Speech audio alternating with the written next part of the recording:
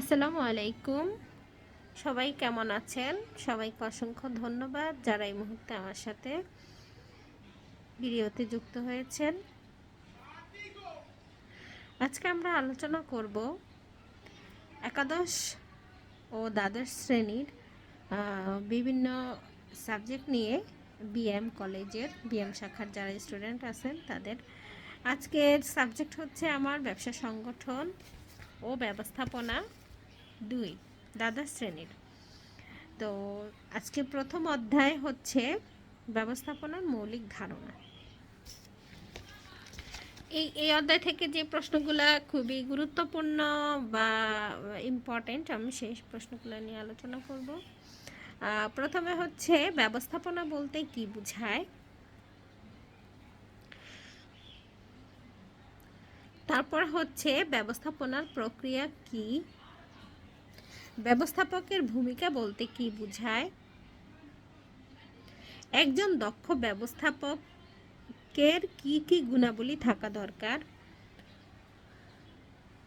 ব্যবস্থাপনা স্তর বলতে কি বোঝায়, এর স্তর কয়টি ও কি কি, তারপর হচ্ছে ব্যবস্থাপনা সর্বজনীন ব্যাখ্যা করো, ব্যবস্থাপনার সামাজিক দায়িত্বগুলো কি কি আলোচনা করো, প্রশাসন ও ব্যবস্থাপনার মধ্যে পার্থক্য কি আলোচনা করো। এগুলো হচ্ছে আমাদের সংক্ষিপ্ত প্রশ্ন। আর রচনামূলক প্রশ্ন হচ্ছে ব্যবস্থাপনার সংজ্ঞা দাও, ব্যবস্থাপনার কার্যাবলী ও ব্যবস্থাপনা চক্র বর্ণনা করো।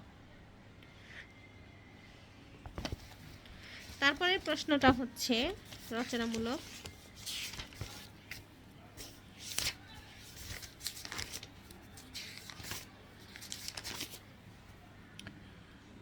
ব্যবস্থাপনার গুরুত্ব ও প্রয়োজনীয়তা আলোচনা করো, ব্যবস্থাপনার নীতিসমূহ আলোচনা করো, ব্যবস্থাপনা স্তর বলতে কি বোঝায়, এর বিভিন্ন স্তর সম্পর্কে আলোচনা করো। এগুলো হচ্ছে আমাদের রচনামূলক প্রশ্ন। এই অধ্যায় থেকে যারা লিখতে চান খাতা কলম নিয়ে প্রশ্নগুলো লিখে ফেলবেন। এই অধ্যায় থেকে এই প্রশ্নগুলো খুবই ইম্পর্ট্যান্ট। তারপর আমরা ব্যবস্থাপনা বলতে কি বোঝায় একটা সংক্ষিপ্ত প্রশ্ন নিয়ে আলোচনা করতেছি। সেটা হচ্ছে ইংরেজি ম্যানেজমেন্ট শব্দের অর্থ, শব্দের বাংলা প্রতিশব্দ হচ্ছে ব্যবস্থাপনা। এ দ্বারা কোনো কিছু পরিচালনা করার কৌশলকে বোঝায়।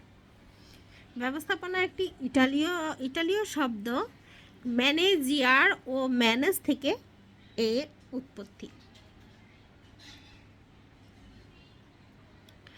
ব্যবস্থাপনা বলতে মূলত সুসংগঠিতভাবে ও একই উদ্দেশ্যে পরিচালিত পারস্পরিক সহযোগিতা মূলক কাজ যে উপায়ে সুষ্ঠুভাবে সম্পাদিত হয় তাকে ব্যবস্থাপনা বলে।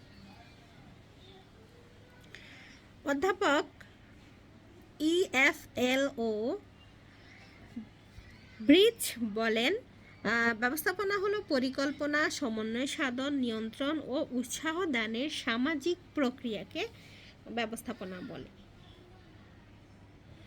তারপর অধ্যাপক অ্যাপলিওর মতে ব্যবস্থাপনা হচ্ছে অন্যর দ্বারা কার্য সম্পাদন করিয়ে নেওয়ার কৌশলকে বোঝায়। আচ্ছা, আমাদের পরবর্তী প্রশ্ন ছিল সংক্ষিপ্ত প্রশ্ন, একজন ব্যবস্থাপকের কি কি গুণাবলী থাকা দরকার। একজন ব্যবস্থাপকের অনেক ধরনের গুণাবলী থাকা দরকার। সেগুলোর মধ্যে হচ্ছে সাধারণ জ্ঞান। যদি একজন ব্যবস্থাপকের সাধারণ জ্ঞান না থাকে তাহলে সে কি করতে পারবে না, সে ব্যবস্থাপনার কাজ সঠিকভাবে সম্পাদন করতে পারবে না। তাকে অবশ্যই সাধারণ জ্ঞান তার থাকতে হবে। তারপরে হচ্ছে সুস্বাস্থ্য।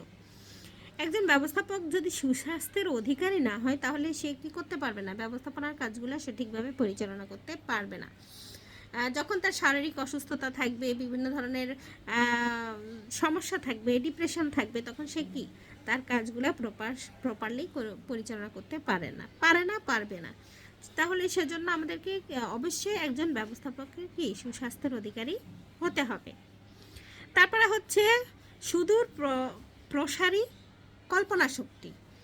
একজন দক্ষ ব্যবস্থাপকের অবশ্যই সুদূর প্রসারী কল্পনা শক্তি থাকতে হবে, কারণ ব্যবস্থাপক যদি তার দীর্ঘমেয়াদী বা সুদূর পরবর্তীতে কি হতে পারে এরকম যদি তার কল্পনা শক্তি না থাকে, তাহলে সে কি ভালো ব্যবস্থাপনার কাজ সম্পাদিত করতে পারবে না। অবশ্যই ব্যবস্থাপককে সুদূর প্রসারী চিন্তাভাবনার অধিকারী হতে হবে। যোগাযোগের দক্ষতা। একজন দক্ষ ব্যবস্থাপককে অবশ্যই যোগাযোগে দক্ষ হতে হবে, কারণ তার একজন ব্যবস্থাপকের অধীনস্থ অনেক ধরনের কর্মচারী থাকে, তাদেরকে কি করতে হবে, তাদের সাথে যোগাযোগ উন্নত রাখতে হবে এবং ব্যবস্থাপক তার বিভিন্ন ধরনের কাজের প্রতি সব কিছুর প্রতি কি তার যোগাযোগ দক্ষতা থাকতে হবে, তাহলেই সে একজন কি হবে দক্ষ ব্যবস্থাপক হবে।